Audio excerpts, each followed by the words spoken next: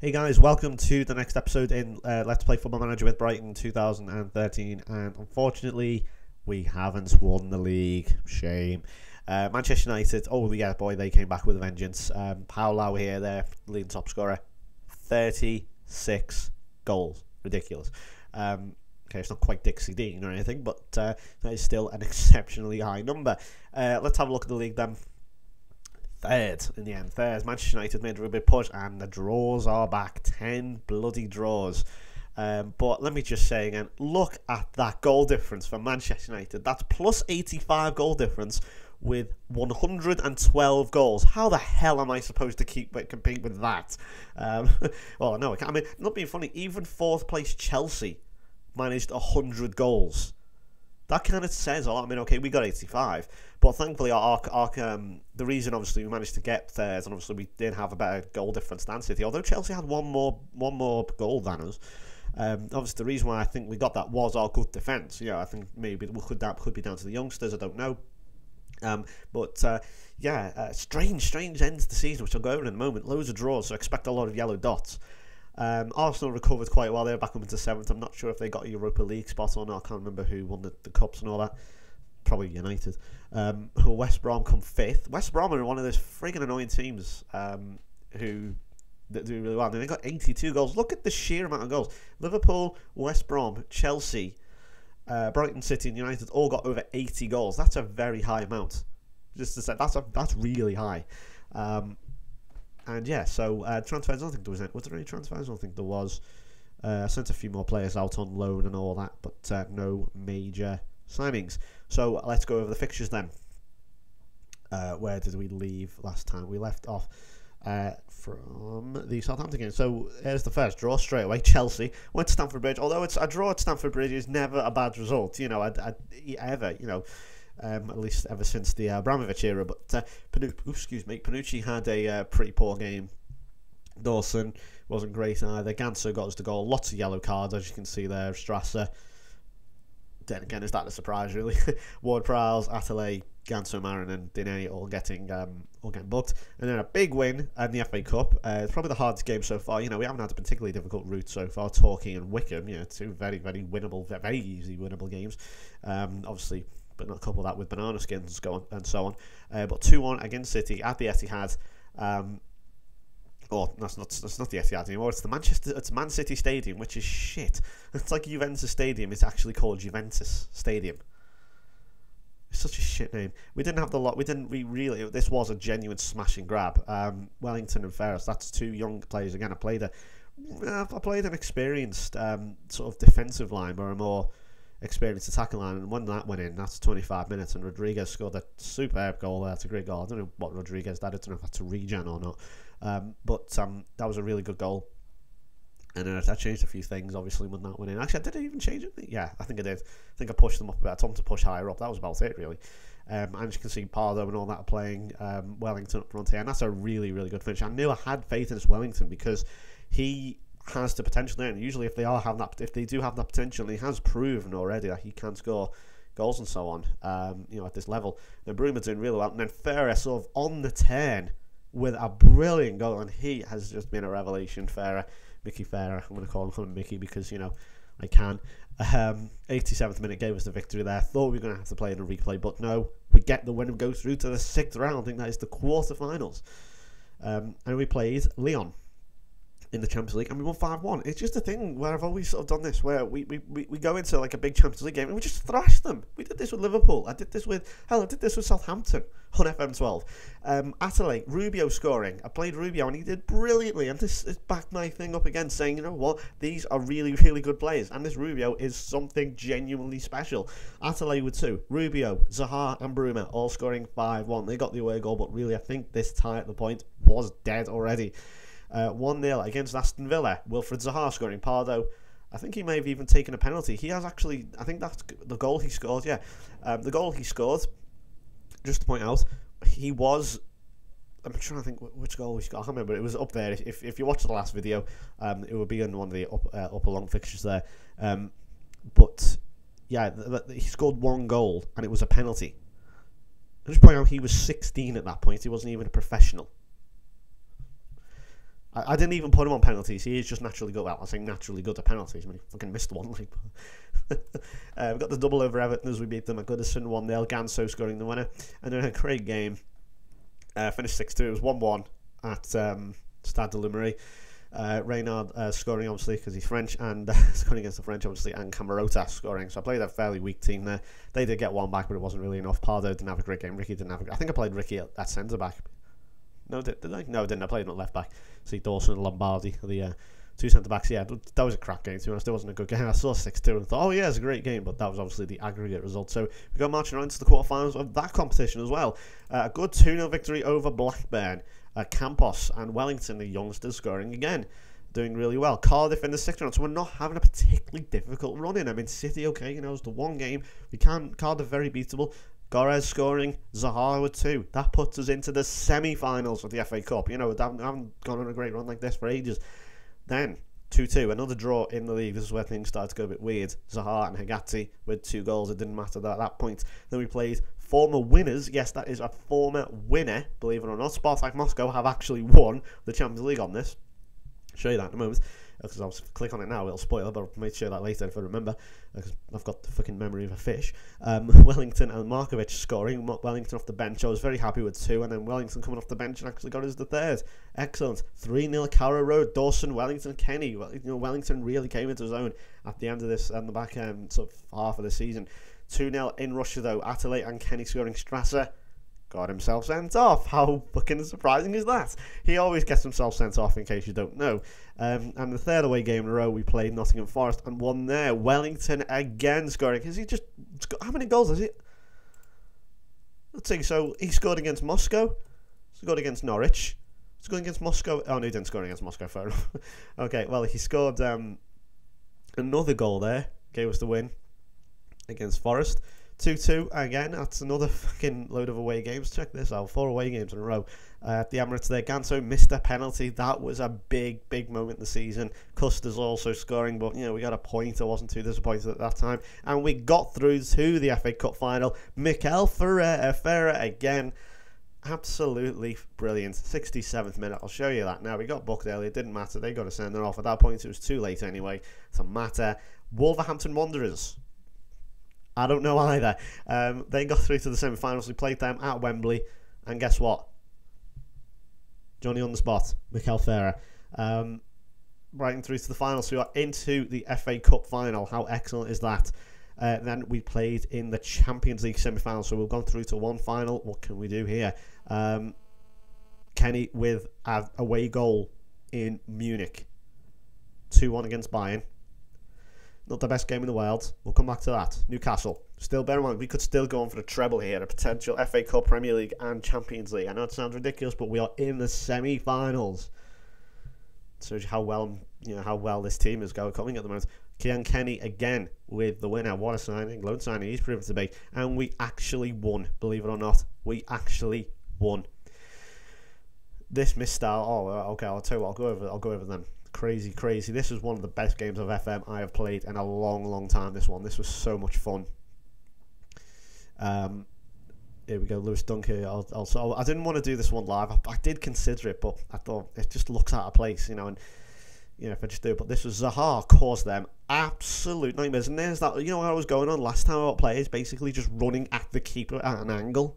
But there it is again. Zaha caused them absolute nightmares. He terrorised their back, and yes, that is Jan Mvia and Fabio Barini playing as, you know, more experienced players, and obviously playing for Bayern Munich. And this was straight away. There's a lad here. Where is he? I think is he 24? No, not him.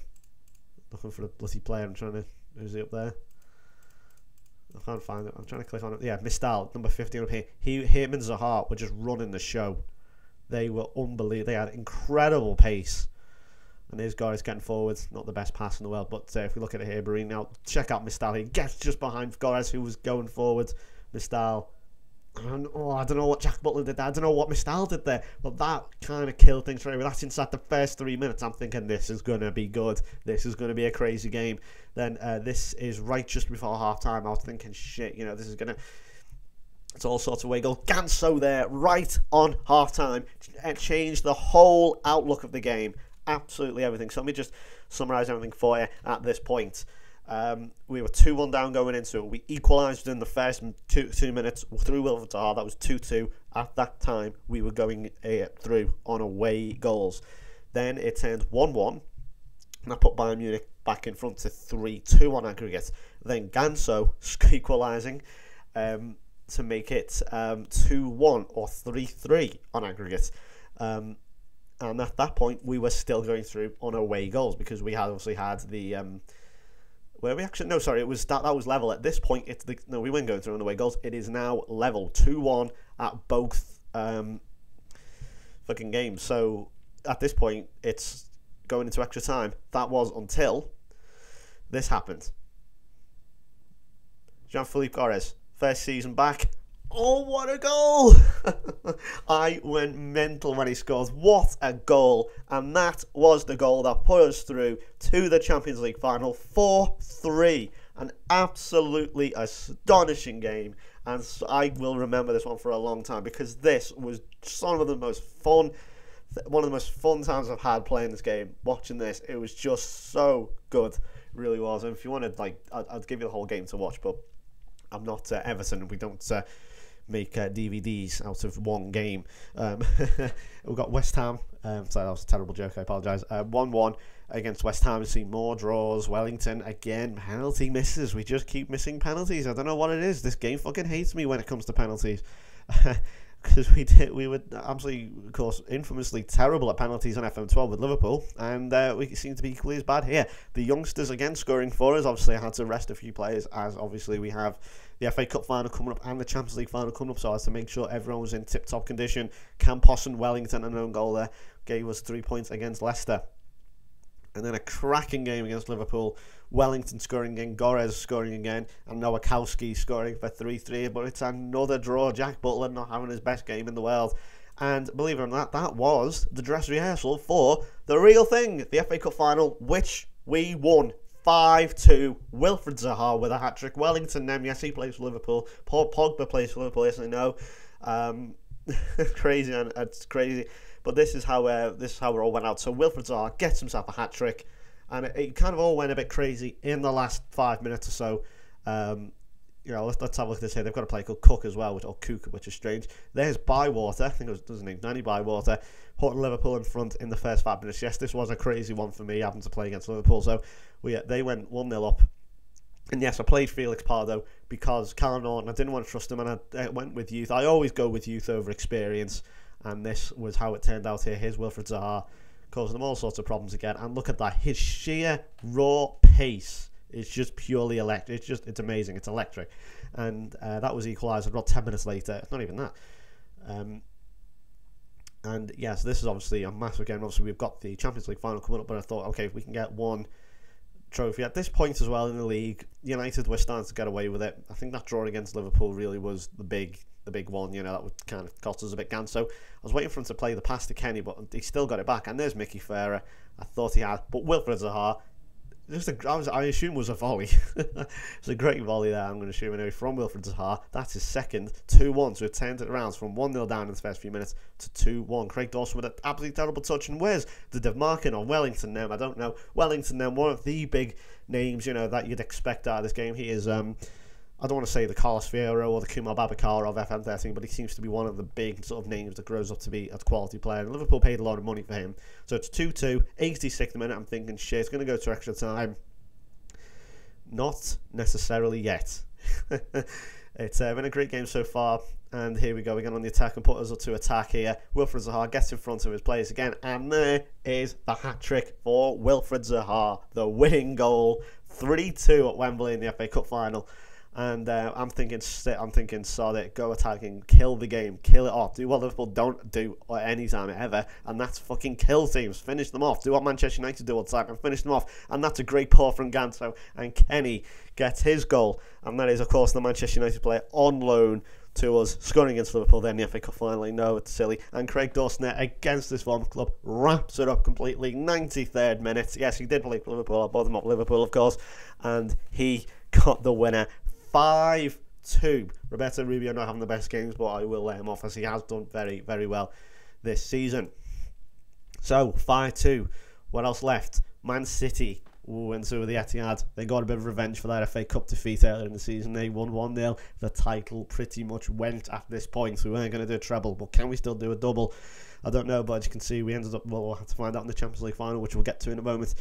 Campos, Ferrer and Zaha scoring to end a great game there, 3-3 at the Hawthorns against West Brom. And there is the Champions League final. Guess who?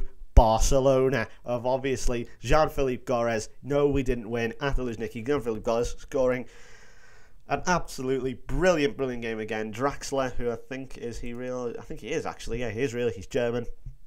Sorry, bear in mind, I'm not completely, tip top on the European football. This is their team if you want to look. They've got, let's see, players I recognise. They've got Busquets still, Alexis Sanchez still, Draxler, Abel Hernandez, who is a great little player, Uruguayan. Cuesta, who I believe he's 28 and he's a regen. Jesus. There's Thiago. They've got a player called Gerard, obviously. Montoya. Some really good players. Is that still the same one?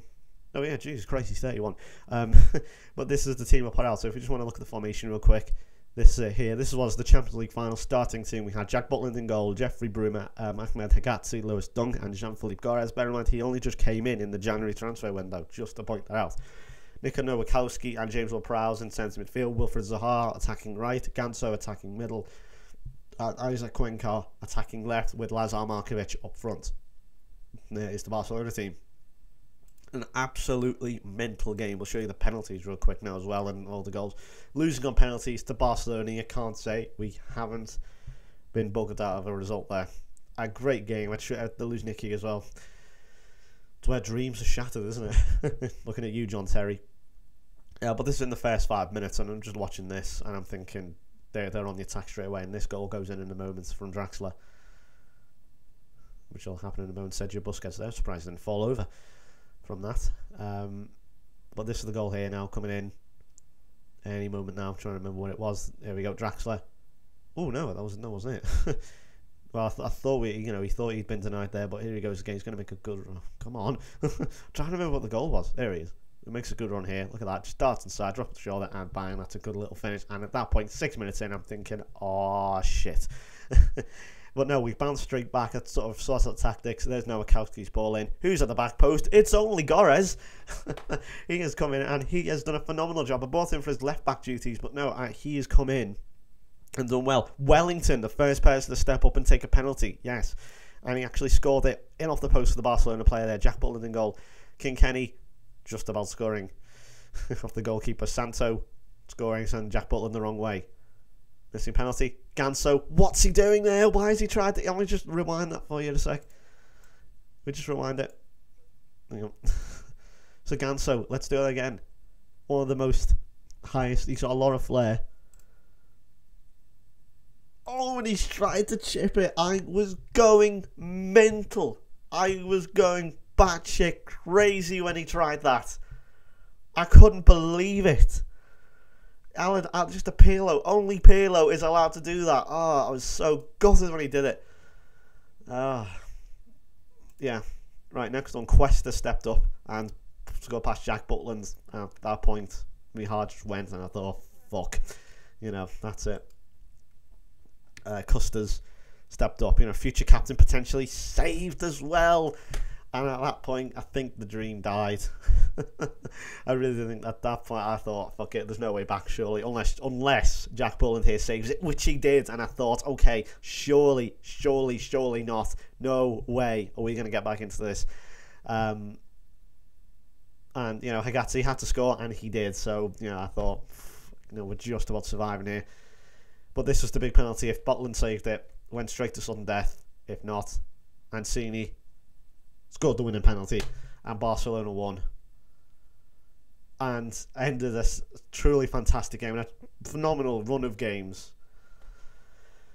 And it was a genuine, I don't want to say pleasure, I don't want to sound like I'm getting all thing for this, but they're so happy they've done it twice. I don't want to get all real about it, but it was a genuine lot of fun to be able to play that.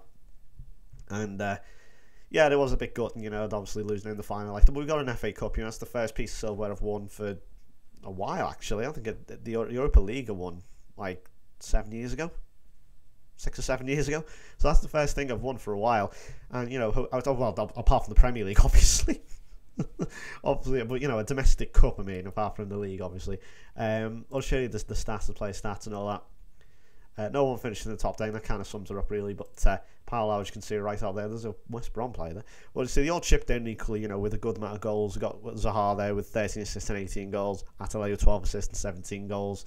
Kenny with 16. Wellington with 13. Ganso with 10. Markovic Rubio starting to stutter a bit at the end of the season, but still got a very, very respectable 9 assists. If we just look at ratio of assists, Wood-Prowse and Zaha equal. Atalay with 12. Ganso with 11. You know, so good, you know, split of them all. You know, they've all done really, really well.